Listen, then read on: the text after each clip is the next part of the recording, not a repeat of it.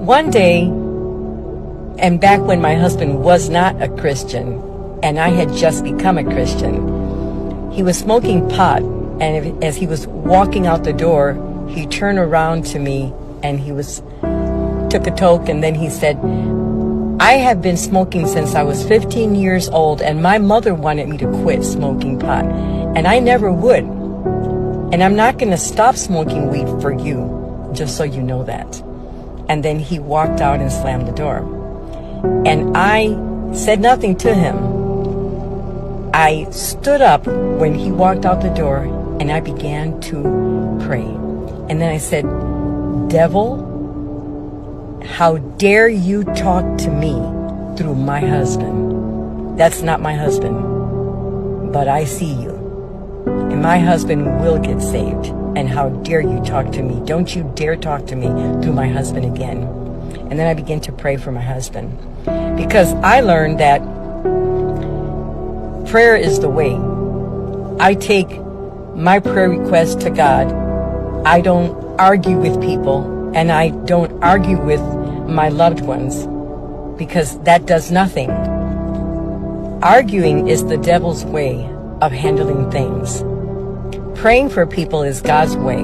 And as people of God, we do it God's way. I pray for people and I love them. I love them. And when they act that way, I let it pass. I don't get into an argument, because really I'm arguing with the devil.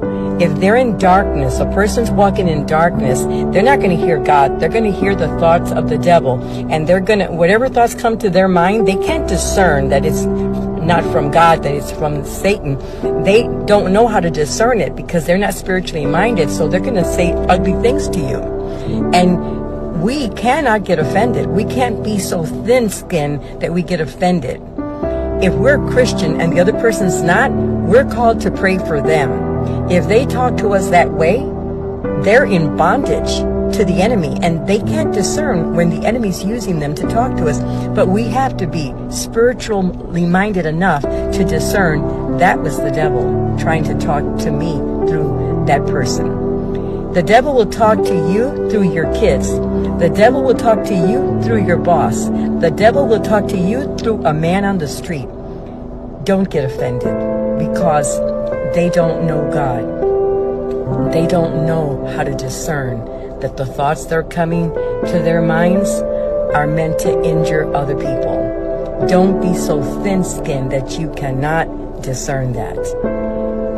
Think enough of yourself to know that you're called to pray for those people, not to get mad at them or angry, because if you do, you're falling into the devil's trap. We're intercessors. We're prayer warriors. The people of God, we see those things and we pray about it.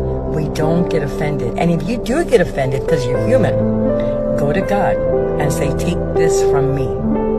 Don't accept. Don't think it's okay, and then walk around being wounded and getting mad at the very people that you should be praying for. Remember that. You're a spiritual person when you know God, and you have a calling to pray for others and take yourself out of the situation. Don't get offended. That's what the devil wants you to do. Catch him. Tell him, "Devil, I hear you talking through my brother, my sister, my father, my friend. Do not accept it as being down."